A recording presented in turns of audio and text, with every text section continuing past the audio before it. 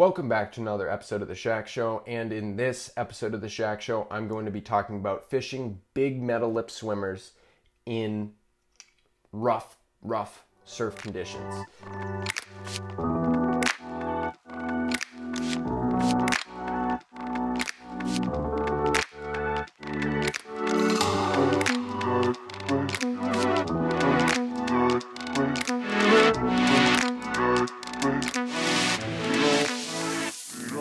So specifically, a lot of the time when I'm fishing big metal lips, whether it is a Danny plug or a deeper diving metal lip, I will fish them, and one of the most productive times to fish them is when you have big surf. And the reason for that is, and in my mind, the reason I've been so successful doing this is during the day, at night, it doesn't matter. The reason it is so successful is to have a big profile presented to those bass. They're extra frothed up. They're using the structure to hang out and wait for weaker bait fish to get pushed through that area, and they see a big profile meal come swinging through there in a slow fashion, which a lot of these metal lips do. It's just going to give off enough vibrations too that, like, if that bass is fairly far away, it's going to feel the vibrations of that Danny plug so far away from it that it will come immediately right up and hit it, which is the thing that is what makes it killer. And I fish heavy hooks on this. I mean, these are like Owner ST66s. They're enormous. This is like the 4 or 5.0 hook. Like, it's huge. It's like a tuna grade hook almost. You know, you're not bending that out. I fish a single hook, obviously, on this one in particular. This floats on the surface and it has great action. It gives off a perfect profile of like an adult bunker or any big bait fish for that matter, maybe a mackerel. And it gets those bass that are feeding extra, like they'll hit them extra aggressively. So what I like to do is I'll cast these things out, big surf, everything like that. I'm slowly reeling it and sweeping it through across the top of these waves. And it's all about maintaining tension to the Danny plug or the metal lip. So if there's a wave that's coming and it's going to push your Danny plug, you got to speed up your retrieve. And if it goes past the Danny plug, you slow it down, and you're just making sure you're feeling that rhythmic thump of that Danny plug wobbling right on top of the surface or just under the surface of the water. And it gets these bass to really feel that there's something there, and they'll come up and hit it. So the structure I really like to fish this in is if you have some rocky area and the waves are crashing in on these rocks and they're sweeping out on some angle of that.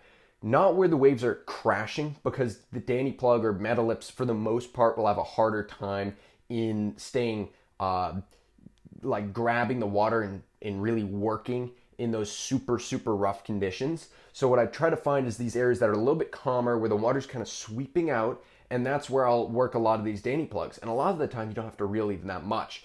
It's basically maintaining tension as the current is pushing this Danny plug around, and it's going to swing it right in front of some of these bass, and they're going to feel and see that big profile, and they come up and crush it. I mean, it's the same kind of reason that like bottle darters work so well. There's nothing super fancy to it. They kind of just wiggle in the water, but they are a profile of a bait fish, and it's moving in front of its face, and they're feeding so aggressively when there's big surf like that they just have no choice but to hit it.